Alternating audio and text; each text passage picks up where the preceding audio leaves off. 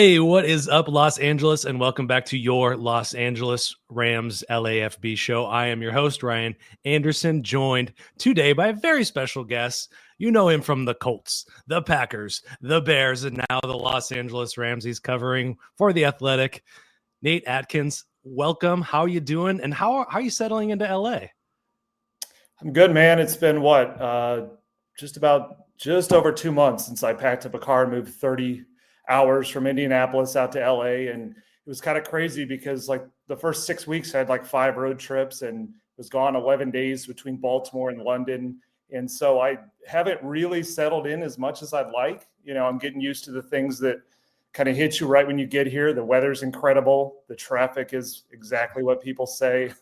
The food's wonderful too, though. But I'm excited to, get to settle in a little bit more now that we're home for a bit here. The Rams have had so many weird schedule where it's like all the road games are early and then late, and then the middle of the season's a lot of home games. So bit by bit, I'm going to become a little bit more of an LA resident. Did you do the travel schedule similarly for the London game, like McVay wanted the team to do? Get there late and out of there. Yeah. I was with them the whole week in Baltimore. So I was like the only reporter at that Friday practice, and then hopped on an overnight flight and got to London. And luckily we had the bye week after. So I stayed an extra day just to, be able to say I did something in London because I'd never been there before. The only time I'd been to Europe was Germany 2 years ago with the Colts. So I definitely wanted to check that out a little bit. Awesome. Well, for covering the Colts, I had to bring on my Slippery Noodle T-shirt when I visited there for the Combine. What a great time Indy is. Definitely. I mean, you've covered a lot of teams, as I mentioned, 3 different teams. This is your 4th team. I'm always just kind of curious what your perspective is on this Rams building. What's different about it? What kind of sets it apart and makes it unique from other buildings you've been in before? Yeah, I think last week I sat down with Aubrey Pleasant, the assistant head coach, defensive backs coach, and I thought he put it pretty perfectly where he said, football's fun here, and most people forget about that in this league. And that's kind of what I've found is like it is such a difference from other levels of football when you cover it at this level. It is very businesslike. And that's not to say guys haven't had fun on other teams I've been on. I mean, locker rooms after wins are some of the most fun times. On Fridays, can be very bumping once they finish the practice week and they're just ready for the game. But in general, players in other places just feel that kind of clench of the business all the time because, I mean, it's true here to a point too. Every team's going to cut almost half the roster, in training camp. And as much as you want to, give it your all for a team, everyone kind of realizes that, you're one injury away from being cut as well for most of these players. But here, there's just something a little bit different about it. I think some of it is they show a lot of loyalty. It's a very draft and develop team at this point. They haven't always been that. They used to trade for guys, and they'll still do that on occasion. But they really are a draft and develop and bring out the most in guys. And they just seem to have a way to tap into what players do well and not harp as much on what they don't do well. I thought Emmanuel Forbes is a great example of that, where in Washington it was such a negative experience for him. And here they've kind of just built him up by reminding him, like, you have the athleticism to be a first-round pick. You've got to earn it here, but, like, you can do this. And they just pour positivity into all these guys. And that obviously starts with Sean McVay. He talks all the time about authentic leadership. And he just brings that up without us really asking about it. But you see the ways that he'll marry kind of his actions with his words. And so he's the first to blame himself after a game. I've seen other coaches do that, but in other places, sometimes it's lip service, or they may mean it in a moment, and then they just coaches often fall back on the habits that they already have. They kind of have this feeling about themselves that like they're the most experienced, so they're the ones with the answers. Sean really challenges himself to find the answers and acknowledge when he doesn't have them. And I thought he really did that after the loss of the 49ers with that 4th and 1 call that everyone, including Sean, knew was not really the way to go with how Stafford was playing in that game, and just the advancements they've made ever since then. And so I'd say that the fun of the building is the biggest difference. And then I felt this when I was with Matthew Stafford in Detroit. It's just a different feeling across a team when you've got that guy at quarterback. And there's just a calmness to every situation, even when they go down by a lot, which hasn't really happened this season. But when you go down in a game or the offense is sputtering, you still feel like you've got that guy who's going to figure it out. And I've been on other teams, and Indianapolis is the kind of the kings of this while I was there, where it's a new quarterback every year, if not 2 in 1 year. And they just don't operate day to day that same way. And so it's not just calmness in a game. It's just every step of the way throughout a week, they just feel like they're going to figure it out. And it helps that this team has the track record. They've been in the playoffs the last 2 years. They won a Super Bowl a few years ago. So they've seen it work already. And that kind of mix of the proof of the concepts of McVay and Stafford, and then just their balance of how calm Stafford is as a personality with how energized McVay is as a personality. It's just created a really good working environment, and not every team has that in this league. Well, I just realized that I got one of your teams incorrect that you've covered. So thank you for that, putting me on blast. NFC North still, so it's hard I sometimes forget all the teams I've covered at this point. That's great. Yeah, I mean that's incredible. Erin Coscarelli, I don't know if you've met her out there, but she's been on the show several times. She usually does the Sunday recap with me, and she talks about how, I think it was in reference to Emmanuel Forbes, one of the coaches said that I believe in you are like the 3 most powerful words in a locker room or something like that. So that really squares up with that. Speaking of locker rooms, you wrote recently that after the first 49ers game, that tough loss that they took in overtime in week 5, that was an angry locker room. And for good reason, right? They probably should have came out with that game in a win. So we fast forward to week 10, a beat down on a beat up San Francisco defense for sure. What was the big change in the locker room? And for fans, it felt like a catharsis, sort of a monkey off the back moment. Is that resonating with the team? Is that the same idea for this coaching staff and team? Yeah, I think it was relief, really. I had some pushback from 49ers fans that are like, why are they celebrating beating such a beat-up team? And it was like the 49ers were beat up when they played them, a few weeks ago. The only difference there was they had Fred Warner in that game, and they didn't in this one. But they were missing Brock Purdy. In that game, they were missing George Kittle. They had him back in this one. Nick Bosa's been out both of those. But the difference is the Rams took care of business this time. They believed after that game, the reason they were so mad when they lost the 49ers first time is they think they're not just a better team than San Francisco, but a much better team. And so to have let that one slip with just with a slow start and then some really mind-numbing plays between the blocked field goal, which unfortunately is just kind of who they are, but the other ones, Kyren Williams fumbling going into the end zone, and then that 4th and 1 call, they just felt like they didn't take advantage of a home game when they should have not only won but won convincingly. And so this one was the reverse of that. This was them kind of figuring out their identity in the time between that first loss and the rematch, where they, it's letting Matthew Stafford cook, but not just only to 2 wide receivers. It's leaning into the tight ends. It's getting the offensive line healthy. And then just with all that getting better, you just feel like a sense of calmness with Kyren Williams and Blake Corum, where the ball security has been a lot better the past few weeks. And that had been a real problem early on the season. And then you just have a defense that's kind of gelling too. The pass rush has been there all season, but the defensive backs are playing a lot better now than they were entering that matchup and in that first matchup. And so Mac Jones still had a really nice day on Sunday. That's, they're not out of the woods when they don't get the pass rush as much as they have in other games. They're going to give up some plays, but they made a lot of plays in that game too. And you go to like all the biggest plays, the most clutch crunch time plays in that game, they made them, and they made them in emphatic and explosive ways. And this was a team that felt like they knew they were pretty good, but they needed to measure up one game against the 49ers with a rematch and really show that, not just, okay, you go from losing to winning a game, but like stomp this team. And that's what they did. And that's why they're feeling pretty good. Yeah. And good feelings across the board. It's making its way to the national media. Matthew Stafford is now in the running for the NFL MVP. Latest betting odds I saw was only behind one Drake May in his sophomore season doing his thing over there in New England. From your perspective, this offense has looked different from the beginning of the season to where they are now? Obviously, the 13 personnel, people are talking a ton about that. But what are you seeing specifically from Matthew Stafford, and how has he launched himself into this conversation as a legitimate MVP contender? It's kind of interesting to think about his season so far, because after week 2, when they beat the Titans, the story I wrote out of that game was that this looks like the best and most comfortable version I've ever seen out of Stafford. And that's having covered some of his best years in Detroit and watched from afar, what he did a couple of years ago to lead the Rams to the Super Bowl.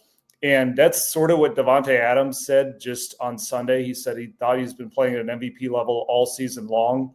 And he pointed to the response he had in that Tennessee game, which is what I was writing about, which he throws a really bad pick in the second quarter, and it just doesn't throw him off at all. In fact, it makes him dial in more. And so I think everything that's happened since then, the reason it's really exploded is everything around Stafford has gotten better. Early in the year, it was just spamming the ball to Puka Nacua and Davante Adams, who are amazing players, but the connection with Adams wasn't really sharp. They weren't connecting in the red zone. Now they are. Puka Nacua was just lighting the world on fire, but then we saw 3 different injuries as a result of that. And so to be able to keep Nacua healthy, they had to change something up. And so they just sort of found a way schematically to lean even more into the 13 personnel, which got Terrence Ferguson on the field, that got another player who's got a lot of athleticism and feels like once a game he's either scoring a touchdown or a 30-yard catch. And really the biggest difference, though, to me is the offensive line's healthy. So if you look for every game until this past one, they did not start and finish with the same line in any game. Wow. And so they've had multiple games without Steve Avila at left guard, multiple games without Rob Havenstein at right tackle.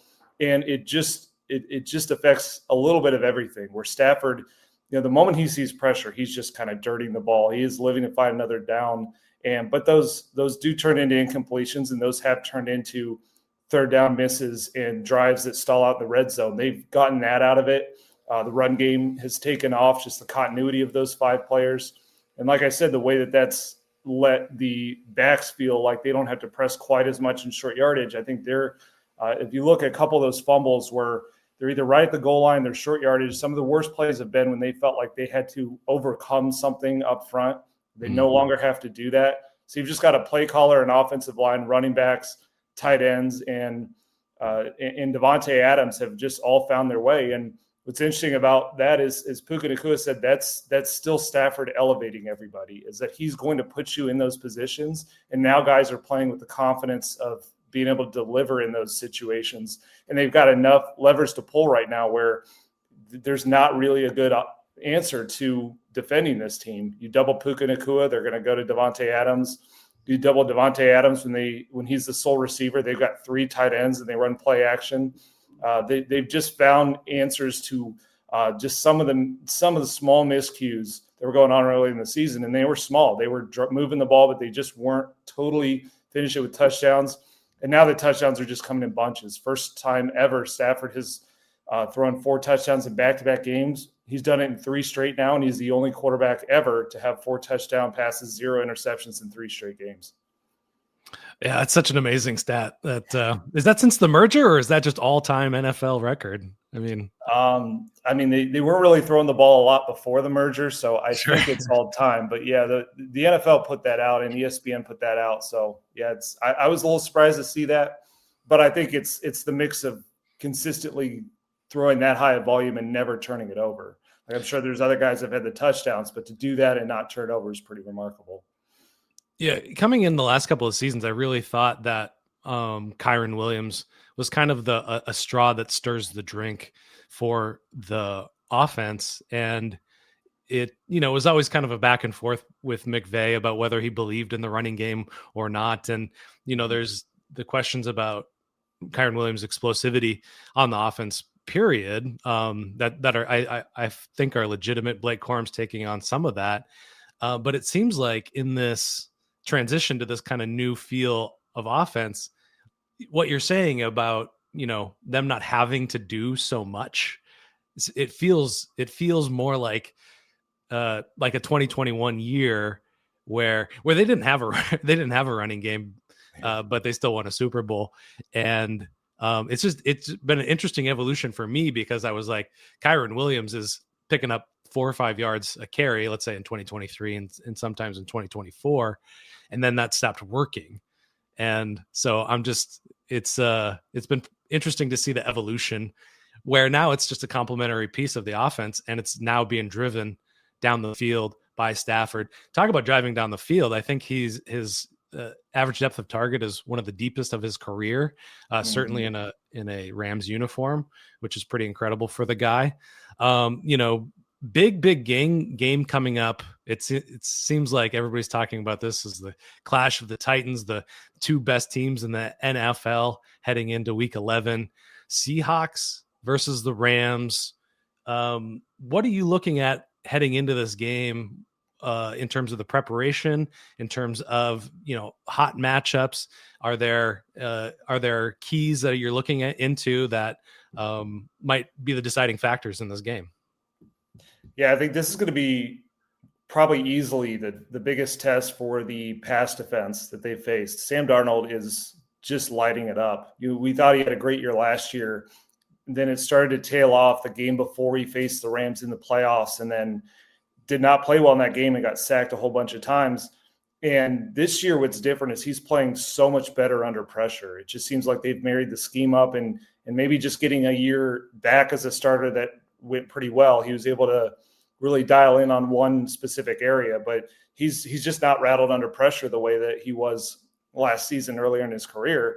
And part of that is having Jackson Smith-Njigba, who's just always open and always catching everything. He's doing something right now a little bit more than we've seen out of Puka Nacua, where it's like high volume catches, but also the explosiveness running away from people down the field, like the 40-yard touchdown he had last week.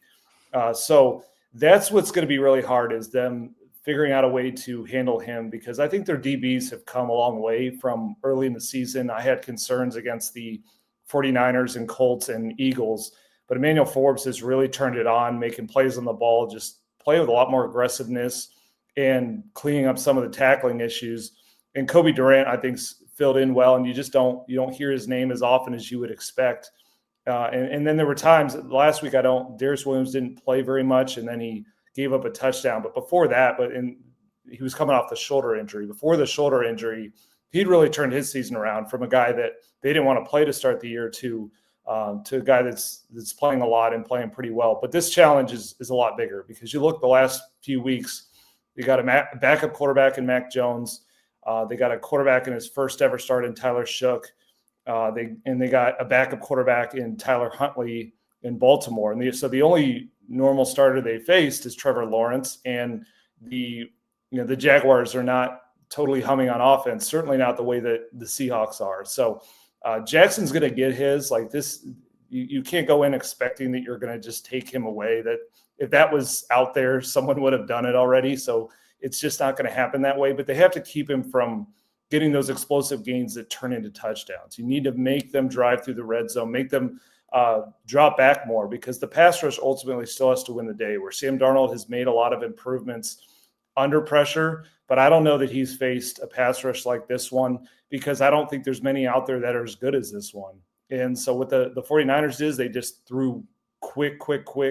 Kyle Shanahan always seems to kind of have an answer specifically against the Rams, and he did that again. So maybe the Seahawks will try that, but that's not the style that they've played with, where they want to be explosive and they want to let Jackson develop his routes down the field. So the pass rush has to get to Sam Darnold, because I think this, while the DBs are much improved, until they get a Kella Witherspoon back, I still think this is a defense that needs that pass rush to hum. It's the lowest paid defense in the NFL, and all the resources are kind of up front. And so that's going to have to be the group that's going to win, that has to win. And I think they're going to come out strong this week, though, because I feel like they felt like they got taken out of their rhythm last game. They just never really got one sack to turn into two. They weren't hitting the quarterback. This week, I think they'll come in with a little bit more juice, and they need to, because if they don't, it's going to turn into a shootout. And we haven't seen the Rams have to win one of those recently, but I do feel at some point this season they're going to have to show they can win one. Yeah, no, that's great points on the offense for sure, for the Seahawks offense. I always worry about teams against the Rams that have multiple tight ends or multiple guys that they are able to get the ball out quick to. And I'm looking at AJ Barner. I'm looking at Elijah Arroyo in this game, see if they're going to be big factors for the Seahawks offense for sure. And it's going to be a true test on the ground, I feel like, as well, with Kenneth Walker back there who could break one at any time. Switching over to the defense, something that caught my attention, switching to the Rams defense specifically over the last two games, they haven't lit the world on fire. And I wonder if that's in part due to the fact that they haven't had to, that the offense puts them out in front by, 20 points in the last three games. So they haven't had to get a stunning amount of pressure. Just wrote down a couple of pressure stats against San Francisco: 16 pressures per PFF, 8 against the New Orleans Saints, compared to 37 against Jacksonville, 26 against the Ravens, 17 against San Francisco the first time. You get where I'm going with this. Is this something they can just switch back on, or is it scheme dependent, or is it, have you noticed anything on the defense, specifically on the defensive line that you've noticed is any different? I just think this happens in this league where when a pass rush strings together multiple games of just wrecking the offense, coordinators do anything they can to prevent that from happening, even if it means we just have to throw quick. We have to try and string these drives along and make it work that way. And so I think that's been the biggest thing the past couple of weeks is teams are throwing quicker, but they are finding some guys across the middle of the field. I think the more middle of the field targets you have, that's going to help you out in this kind of matchup. The Rams linebackers, they don't put a lot into that group, and Nate Landman's been incredible in run defense, and he punches the ball out just about every game. But I think he's started to show he started out the year pretty well as a coverage guy, but that's not as much that's not exactly why he's here. And there's some limitations there when teams have been able to get Troy Reeder on the field. That's been a troubling matchup. So Omar Spates dealing with the injury a few games ago, and then working back from that has been a little bit of a factor. But yeah, I just think the offenses are throwing quick and they're able to do that. But if you can keep a big lead on teams, which I don't expect this week, but if you can keep a lead on teams, if you can keep scoring and making them answer your scores, it just kind of becomes a ticking time bomb. And they did make some plays in the Saints game. They didn't really make that happen against the 49ers, but that matchup I'm always just going to chalk up a little bit to Sean McVay or to Kyle Shanahan. He just always seems to find answers. And so when they did get pressure that first game, kind of fourth quarter and overtime against the 49ers, I think Kyle Shanahan, he knew he couldn't do the exact same thing this time. He switched up a little bit and threw quicker. And so I think that's the biggest thing. Maybe a little bit is, Byron Young was on like a 20-some sack pace early in the season. Maybe that was just natural to come down a little bit. I don't think Jared Verse played his best game last week, but he was also going up against Trent Williams. So some of it's just been certain matchups and some natural regression to it. But they still have a lot of guys. Braden Fiske is getting healthier, and he had his first sack against the Saints. We haven't seen Kobe Turner as much lately, but he's been a productive player in his career. And then you mix in Verse and Byron Young. I still think it's going to be too many options for other teams to defend against. That is, if they can cover enough, if they can take away some of those middle of the field targets, and that's going to be the key matchup in this one. Yeah. Jared Verse, he's probably the chirpiest player I've ever witnessed in person. He will smack talk just about anyone, but heading into that last game, he had a quote about Trent Williams where basically he was like, I'm not going to say anything about that guy. I'm not going to attempt that fate at all. Switching over to the Seahawks defense, leading the league in pressure rate. Stafford, if there's one thing you could point to statistically, is his pressure stats dropped significantly. 17th in completion rate against win under pressure, and 7 yards per attempt. So he's still trying to push it down the field. He's been under pressure just 34% so far this year. You mentioned that he's dirting balls, so that's affecting that if he's seeing pressure. Is this serving as some sort of kryptonite, do you think, in this week? Do you think that the Seattle is going to be maybe the toughest test from a pass rush that Stafford's seen all season? Yeah, it's up there. I thought week 1 against the Texans was a really tough matchup with, Will Anderson and Danielle Hunter. And that was a game where both guards are kind of rotating in and out with injuries. And you felt it in that game. Like that was the game where Stafford's really dirting a lot of balls and avoiding disaster. But, they put up 14 points because they just weren't, they weren't really able to go up and down the field and avoid that pressure throughout the game. I think the health of the offensive line is just absolutely huge right now. Their depth is fine in some areas, but the starting group is, they're starters for a reason, and we're seeing them play really well together. And I think the move to 13 personnel also has helped that out a little bit, because sometimes you have an extra inline blocker as a tight end, and sometimes it's just getting a very quick answer to an uncovered player in running more play action, which that always helps the offensive line out rather than just the straight drop back type of stuff. So I think they're going to have to keep the play action up this week, because these guys are tough. I mean, these guys have done it for a long time, like DeMarcus Lawrence and Leonard Williams. They've gotten after it for a very long time, and they're going to have the edge in a matchup way against the Rams tackles. But you throw in the 13 personnel, and this is where running the ball is key too, because if you can consistently get into, 2nd and 6 or 2nd and 5 or 3rd and 2 or shorter, you can make teams guess about, whether you're running or passing. You can use play action. I think the issue is, in some games, the Texans game stands out this way, where there are just a few too many obvious pass downs that let those Texans and edge rushers win the matchups and know they were going to win the matchups off the snap. So keeping Kyren Williams and Blake Corum a big part of this is going to help out. But I also just think Stafford, he's gotten a little better at learning to play under pressure in this version of him. Back in the day when I covered him in Detroit, he would just take all these hits, and he would stand in there and deliver a strike and just deal with the pain of that. Or he would, when he'd scramble, he'd take off down the field and add some yards as a rusher. He's not doing that stuff anymore, but I think he realized early in the season, if you're not going to do any of that and you're just going to dirt the ball every time, there's going to be times when the pass rush doesn't have to dominate and they can still win. If you're going to be a statue that's just not going to hold on to the ball, but you need to, that can be an issue. So I thought last week he just showed it just enough on the scrambles. One of those touchdowns, for some reason, the defender bit as if he's going to actually take off. But there were a couple of plays like that where he's able to just get away a little bit. He is 37. But he's not, like a total Joe Flacco, Aaron Rodgers, total statue in the pocket. Like he's realizing there's just a little bit he can do to get away from pressure and either spring open a tight end or throw the ball away. And he's given himself that option of seeing that play develops rather than instantly dirt it the second he sees a guy. And that's helped out too. But it'll be tougher this week because the Seahawks have a super fast defense that's harder to do that against than like the backups of the 49ers and a very beat up front that they face there. So that will be key to watch. And you're right.